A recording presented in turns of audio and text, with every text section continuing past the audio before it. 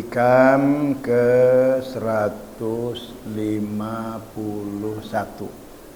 Bismillahirrahmanirrahim. Rubbama waqafatil qulubu ma'al anwari kama ujibatin nufusu bikasaibil aghyari.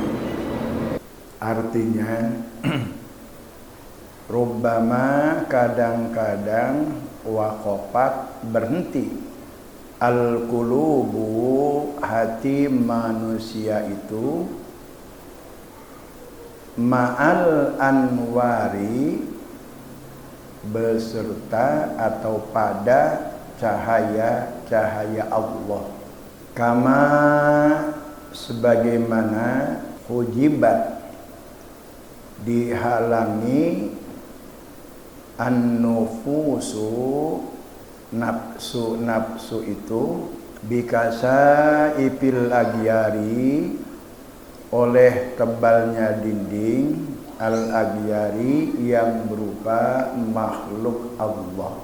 Ini masih ada kaitannya dengan hikmah-hikmah sebelumnya, yaitu hikmah 148, 149, 150. Masih berbicara soal nurul Islam atau nur ilahiyah,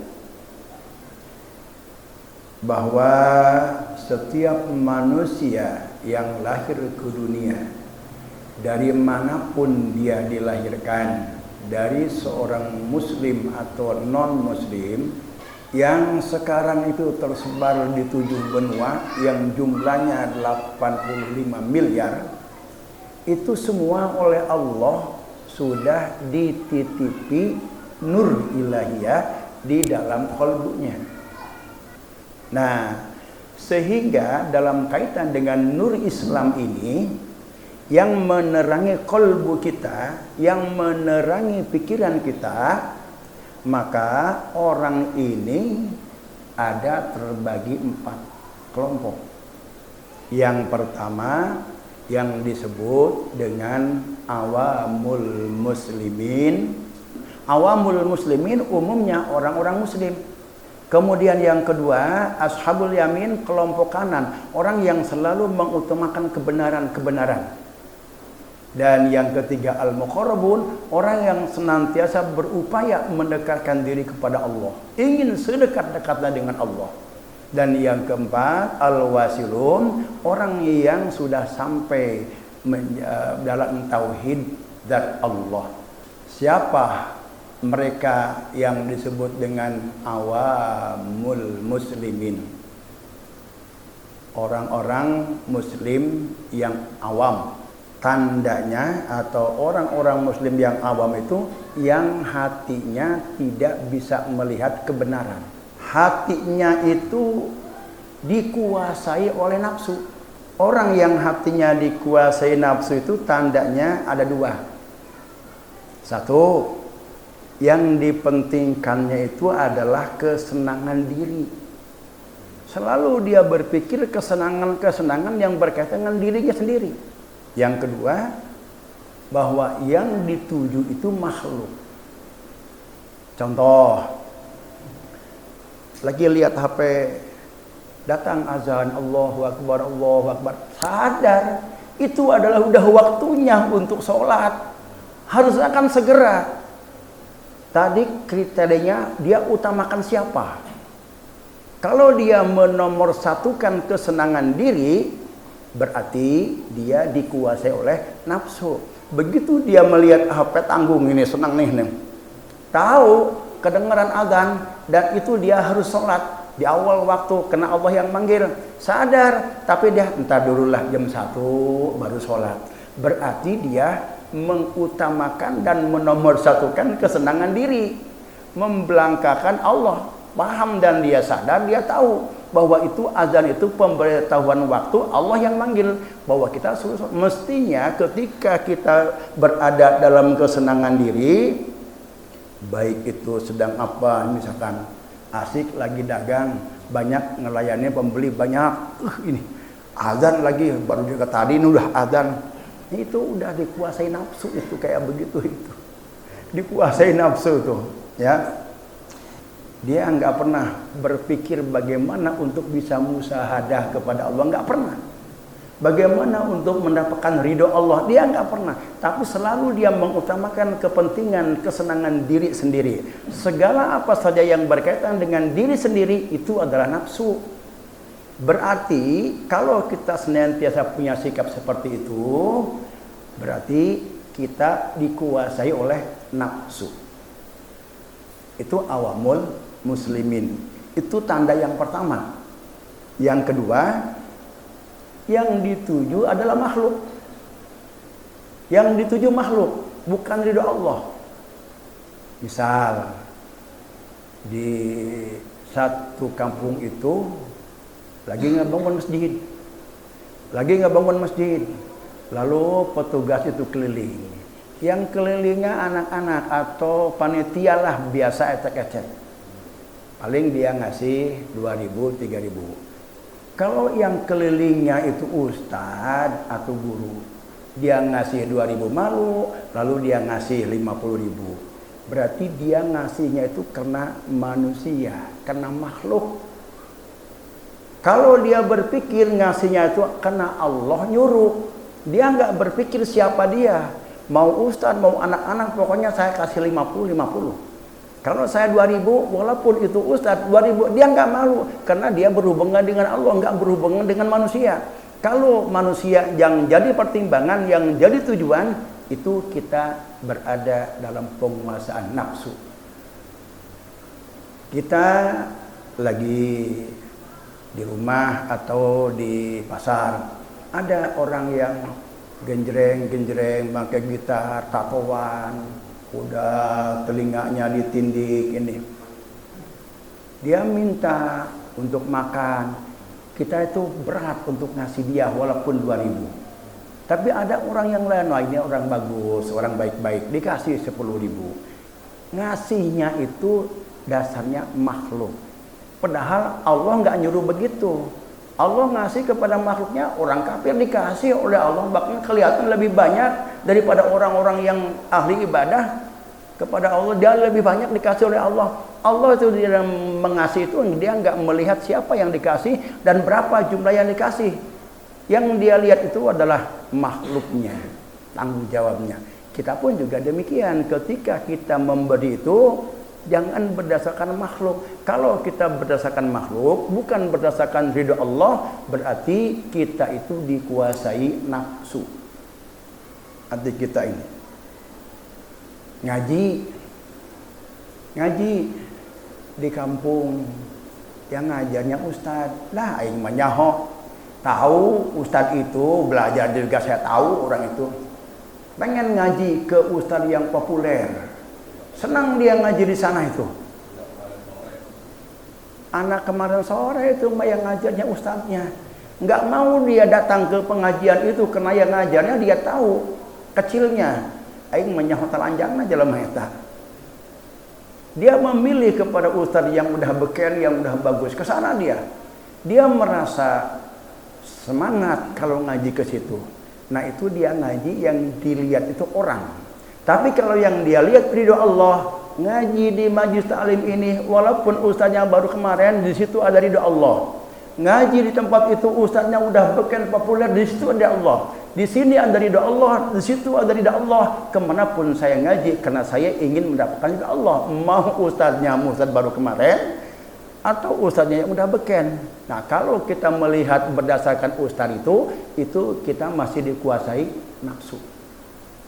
Kalau itu yang menjadi dasar kita, makhluk yang menjadi tujuan kita, itu berarti hatinya orang itu dikuasai nafsu. Kenapa dikuasai nafsu?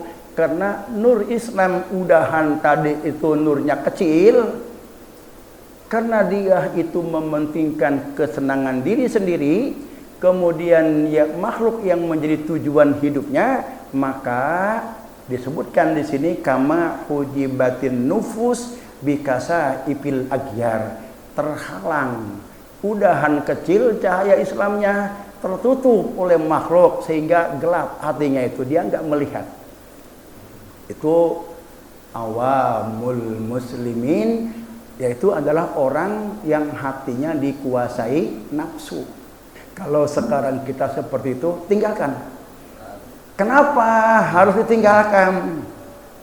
Karena ini dikhawatirkan oleh Rasulullah SAW itu akan berpotensi mati su'ul khotimah. Karena yang dia pikirkan adalah kesenangan diri, yang dia lihat adalah makhluk. Nggak pernah dia berpikir bagaimana bisa musyahadah kepada Allah, bagaimana supaya dekat kepada Allah. Nggak berpikir itu, bagaimana supaya mendapat ridha Allah. Selalu yang dia pikir adalah makhluk dan kesenangan diri. Khawatir kalau dia terus-terusan berada di makom itu sampai mati, maka kata Rasulullah SAW, khawatir dia mati nggak bawa Islam. Dia mati dalam keadaan su'ul khotimah. Nah, oleh karena itu kalau masih ada perasaan kita selalu mengutamakan makhluk, selalu mengutamakan kepentingan diri sendiri, tinggalkan sekarang. Yang kita lihat adalah ridho Allah, yang kita lihat adalah perintah Allah. Kalau kita seperti itu, berarti nur Islam kita itu yang tadinya Allah beri bersinar, itu sama sekali tidak ada, hilang sinarnya, tertutup. Bikasa ipil agyar.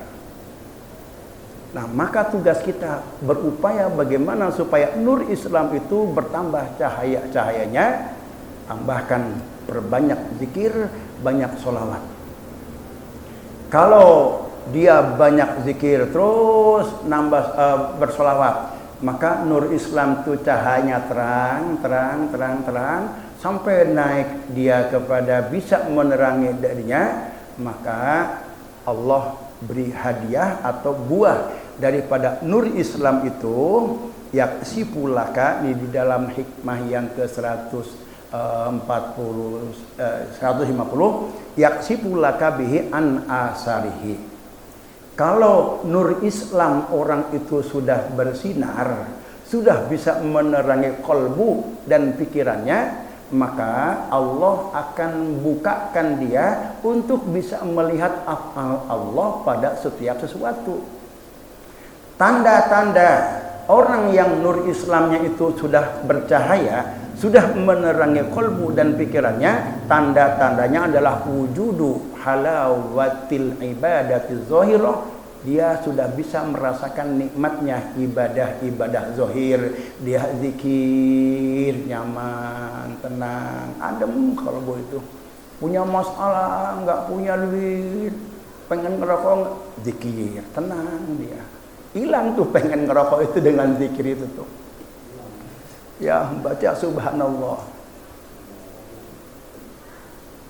Upayakan itu. Kemudian kita berupaya untuk naik nur Islam kita kepada nur iman naik kepada nur Islam. Nah, persoalannya di sini itu tadi sebagai pengantar aja, sebagai pembukaan. Nah, yang dimaksudkan oleh Ibnu Athaillah dalam hikmah yang ke-152 ini, rubbama waqafatil qulub. Nah, ma'al anwar. Kadang-kadang hati orang itu berhenti ma'al anwar pada nur-nur ilahi itu. Nur ilahi yang pertama apa? Nurul Islam. Orang yang nur Islamnya sudah bercahaya, dia akan Allah berikan bisa merasakan nikmatnya ibadah zahir. Dia Allah berikan kasab, keterbukaan untuk melihat afal Allah pada segala sesuatu. Dia lihat batu, kalbunya mengatakan itu adalah ciptaan Allah, itu adalah afal Allah. Dia lihat orang begitu bermacam-macam, kenapa enggak sama orang itu? Dia melihat itu adalah karena Allah menghendaki demikian. Dia melihat pohon, selalu apa saja yang dia lihat itu terlihat semuanya itu adalah afal Allah. Dan ini yang harus kita mantapkan keyakinan kita, jangan ragu-ragu lagi, melihat apapun yakini semua itu adalah af'al Allah. Nah, orang yang nur Islamnya sudah memancar, Allah berikan dia bisa merasakan nikmatnya ibadah zahir, lalu Allah berikan hadiah kasab, diterbukakan oleh Allah Subhanahu wa taala melihat afal Allah pada setiap segala sesuatu. Dan ini nih yang paling kita kadang-kadang tertipu. Wa man tahaqqaqa fi hadzal maqam, orang yang sudah benar-benar duduk di makom tauhid afal, lahul ma'unata minallah ta'ala. Allah berikan ma'unah. Apa itu ma'unah? Pertolongan Allah. Seperti apa bentuknya ma'unah itu? Kan nasri alal a'da. Seperti Allah memberikan pertolongan atas musuh. Misalkan gini, ma'unah nih. Malam kita tahu nih orang nih habis ngejual sawah, uangnya di rumah miliaran. Lalu orang itu berupaya untuk masuk dan menggarong rumah itu. Begitu masuk, Allah tolong orang yang punya uang miliaran itu atas musuh yang akan mengambil uangnya itu. Bagaimana ditolongnya? Orang itu nggak bisa pulang, ngambilnya sampai subuh, paputran bente nyawa balik. Itu ma'unah itu. Jadi kalau dengar cerita Abah Dimyati waktu memegang setoran haji, tahu musim haji duitnya banyak itu Abah Abuy almarhum. Kemudian datang segerombolan orang untuk ngambil, dibiarin aja dibuka pintu, silakan ambil sampai subuh. Nggak bisa pulang dia di situ, peputaran aja bawa-bawa uang itu. Itu ma'unah itu. Allah memberikan pertolongan. Ma'unah. Kemudian pagi-pagi Abah Dimyati sholat subuh keluar dia. Ini lagi pada ngapain? Ketakutan dia. Enggak dipukul, enggak di apa-apa. Emang butuh sabaraha, malah dikasih pulang, enggak pulang, udah pulang, dikasih. Gitu. Nah itu ma'unah namanya, kan nasri alal ada. Motor hilang. Lalu kita berdoa kepada Allah. Orang yang ngambil motor itu kebingungan, dijual nggak laku, dinaikin motor bisa terus, akhirnya dia merasa dikejar-kejar, dibawa pulang lagi, dianterin lagi tuh motor itu. Itu namanya ma'unah itu. An-nasru alal a'da. Yang kedua bentuk ma'unah, contoh ma'unah, ini orang yang udah duduk di nur Islam. Yang nur Islamnya sudah bersinar dan dia udah bisa merasakan nikmatnya ibadah zahir. Dan dia melihat sesuatu apapun yang ada di alam semesta, dia melihat bahwa itu adalah afal Allah. Allah berikan ma'unah dia dalam bentuk iqbalun nas ilahi. Banyak tamu minta doa, Allah ijabah. Banyak tamunya Allah. Allah datangkan tamunya, lalu dia berdoa, diijabah oleh Allah doanya, lalu semakin banyak yang datang tamu itu tuh ke saya berhasil alhamdulillah. Terus semakin dia tenar banyak orang yang berdatangan untuk ke sana minta doa, lalu pulang sambil bawa amplop. Itu ma'unah itu. Wastijabatid doanya itu selalu dijabah oleh Allah Subhanahu wa taala. Nah, kenapa rubbama waqafatil qulub ma'al anwar? Orang yang nur Islamnya sudah bersinar, lalu Allah berikan ma'unah kayak tadi, doanya diijabah, didatangkan tamu-tamunya datang minta doa, minta air, lalu banyak berikan amplop, dia betah di situ. Sehingga dia enggak ada lagi kemauan untuk bisa menaikkan nurul Islam kepada nurul iman. Lama-lama terus akhirnya dia jadi dukun. Jadi dukun itu udah merepet itu ke situ itu. Kalau dia imannya itu dia lemah, akhirnya dia lompat ke dukun itu. Ya mungkin bahasa apa namanya lunak al-hikmah lah, al-hikmah gitu, al-hikmah. Ahli syariat. Apa itu? Memang sengaja oleh Allah itu merupakan ujian pertama bagi orang yang udah nyampe duduk di makom Nurul Islam. Belum lagi nanti ujiannya yang udah duduk di Nurul Iman sampai kepada Nurul Dzatiyah. Nah, ini berdasarkan pengalaman Imam Ahmad Ibn Athaillah, rubbama waqafatil qulub. Banyak orang itu yang terhenti hatinya setelah dia merasa sampai kepada Nurul Islam itu. Kenapa? Lidok bil himmati anitaroki, karena dia udah nggak punya lagi keinginan untuk menaikkan dari Nurul Islam kepada Nurul Iman, karena dia udah merasakan sesuatu di situ. Atau mungkin karena dia melihat annahu al-goyah, ini adalah sudah merupakan puncak. Padahal kan Nurul Islam itu, tauhid apal itu merupakan tingkat makom yang paling bawah dalam makom tauhid itu. Tapi karena dia udah diberi maunah oleh Allah, doanya diijabah, didatangkan banyak orang tiap hari itu minta air, Allah kabul, kemudian Allah tolong, selalu diijabah oleh Allah. Wa amma li ru'yati annahul goyah allati laisa sayun fawqaha, dia udah merasa mencapai ke tingkat yang paling tinggi karena udah diberi maunah oleh Allah Subhanahu wa taala, sehingga dia tidak punya keinginan untuk menaikkan Nurul Islam lebih naik lagi kepada Nurul Iman, padahal masih ada dua tingkatan lagi. Nurul Islam naik ke Nurul Iman, dari Nurul Iman naik ke Nurul Ihsan. Dia udah merasa puas di situ. Dan itu adalah merupakan sebagai ujian pertama bagi Allah Subhanahu wa taala. Maka berdasarkan pengalaman Syekh Ibnu Athaillah ini, rubbama waqafatil qulub ma'al anwar. Ada hati orang itu berhenti ma'al anwar, berserta cahaya Allah, Nur Islam. Dia nggak mau lagi untuk naik, karena dia sudah merasa bahwa itu adalah tingkat yang paling tinggi. Walaupun Nur Islam atau tauhid af'al itu paling rendah, tapi untuk zaman sekarang itu paling tinggi.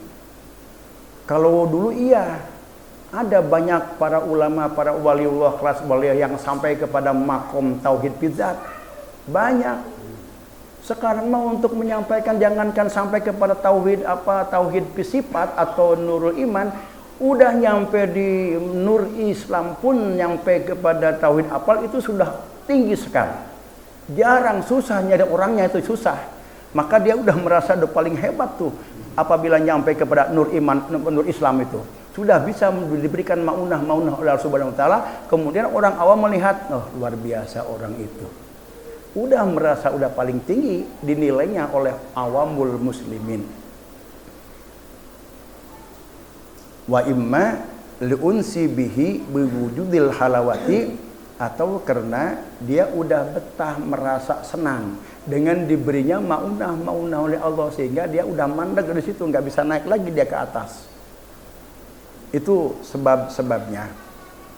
Atau yang terakhir karena udah nggak ada guru, dia punya guru, dia masih pengen berupaya untuk naik. Gurunya almarhum meninggal dunia, sehingga nggak ada lagi syekh mursyid itu yang membimbing dia untuk bisa naik ke tingkat yang lebih tinggi. Nah itu sebab kenapa orang itu tidak punya keinginan untuk menaikkan Nur Islam ke Nur Iman, ke Nur Ihsan. Yang pertama tadi karena dia sudah melihat bahwa Nur Islam itu sudah yang tertinggi. Yang kedua, dia udah merasa senang dan betah di situ dengan diberikannya maunah oleh Allah Subhanahu wa taala, dan dia merasa puas dengan itu. Dan yang terakhir karena syekh mursyidnya sudah tidak ada, misalkan karena sudah meninggal dunia. Tauhid af'al itu berupaya kita untuk bisa duduk di situ, minimal itu kelas yang paling rendah di tingkat sufi itu. Jangan kita duduk di makom awamul muslimin.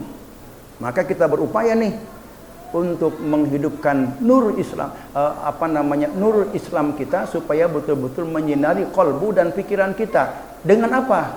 Zikir, baca salawat, banyak ngaji. 3 hal itu. Nah itu makom Islam. Kemudian yang keduanya Rabbama waqafatil qulub ma'al anwar kama hujibatin nufus. Nah, yang kedua, orang itu udah nyampe di makom tauhid sifat, atau udah naik dia dari nur bintang, cahaya Islam yang seperti bintang, udah naik kepada nur Islam, sudah nur iman, sudah nyampe kepada cahaya bulan yang sudah terang dia. Dia udah nggak lagi berpikir tentang kesenangan diri, dia sudah bisa merasakan nikmatnya ibadah-ibadah zahir, dia nggak mau naik lagi ke tingkat atas untuk sampai kepada tingkat nurul ihsan, untuk bisa duduk di makom tauhid bizat lebih tinggi lagi. Kenapa? Persoalannya sama, hanya beda nanti di dalam pemberian Allah, hiburan dari Allah, dia bukan diberikan maunah tapi diberikan karomah. Allah berikan karomah. Orang yang udah nyampe duduk di nur iman atau duduk di makom tauhid sifat. Artinya apa makom tauhid sifat itu? Dia melihat apa saja di alam ini, Allah bukakan. Pada alam itu terlihat sifat-sifat Allah. Dia lihat batu, batinnya mengatakan, dan dia paham bahwa batu itu mengatakan bahwa aku ini adalah merupakan kudrat Allah. Kenapa dikatakan kudrat Allah? Karena awalnya aku ini tidak ada, lalu ada.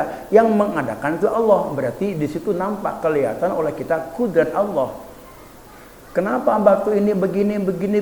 Nampaklah di situ adalah sifat iradah Allah. Orang yang sudah duduk di makom iman, dia akan bisa melihat sifat-sifat Allah pada setiap alam.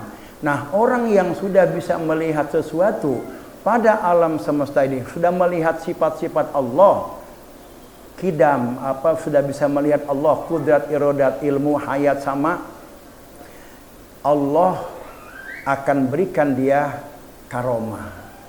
Apa itu contohnya karomah yang Allah berikan? Orang yang sudah duduk di makom iman atau yang sudah duduk di makom tauhid sifat, katoyil makan wa zaman. Allah berikan lipat tempat dan waktu. Mau ke Mekah naik pesawat butuh 10 jam. Dia cukup 1 detik udah nyampe ke Mekah. Toyil makan, Allah lipat makan bagi orang itu. Indonesia, Mekah ke Indonesia dilipat oleh Allah. Begitu dia melangkah nyampe ke Mekah. Itu karomah itu. Karomah orang yang udah duduk di nurul iman. Pengen begitu? Pengen ke Mekah dengan cukup kita selengkah. Upayakan ini. Ibnu Athaillah ini udah memberikan jalan. Naikkan nur Islam ini udah ada modalnya sebetulnya dalam diri kita. Naikkan nur Islam kita menjadi nur iman. Kalau udah kita duduk di nur iman atau di makom tauhid sifat, Allah berikan karomah dalam bentuk toyil makan wa zaman. Allah lipat waktu baca Quran. Untuk hatam Quran kita perlu waktu 24 jam misalkan, perlu waktu 12 jam. Tapi bagi orang yang sudah duduk di makom ini, Allah berikan toyil zaman. Dalam waktu setengah jam udah hatam Quran dia baca. Allah lipat waktu itu. Wal kasfu anil mughayyabat. Allah bukakan hal-hal yang gaib. Orang lain tuh nggak bisa tahu, tapi bagi dia tahu. Allah perlihatkan Lauhil Mahfuz. Dia tahu semua apa yang Allah catat di Lauhil Mahfuz. Sementara umumnya orang tuh nggak bisa lihat ke situ, tapi bagi orang yang sudah duduk di makom tauhid sifat atau yang nur imannya sudah bersinar, Allah berikan karomah, dia bisa melihat al-kasfu anil mughayyabat. Lauhil Mahfuz itu kelihatan sama dia. Oh, ini si anu besok bakal mati. Tahu. Bahkan dia tahu umur dia sendiri. Dia banyaklah kita mendengar cerita-cerita yang kayak begitu. Dia tahu bahwa besok mau mati, jam sekian mau mati. Kenapa? Karena dia lihat. Karena Allah sudah bukakan bagi dia itu sesuatu yang orang lain nggak lihat. Nah, kemudian juga dia nggak bisa naik ke Nurul Islam. Yang keempat tadi sama dengan orang yang nggak bisa naik dari Nurul Islam kepada Nurul Iman. Nah sekarang orang yang tidak naik dari Nurul Iman kepada Nurul Islam karena imma li adami syaikhin mursidin, karena gurunya sudah meninggal, jadi dia tuh nggak dapat bimbingan guru lagi terus untuk bisa naik ke tempat yang tinggi. Nah hikmah yang ke 152, wallahu a'lam bishawab.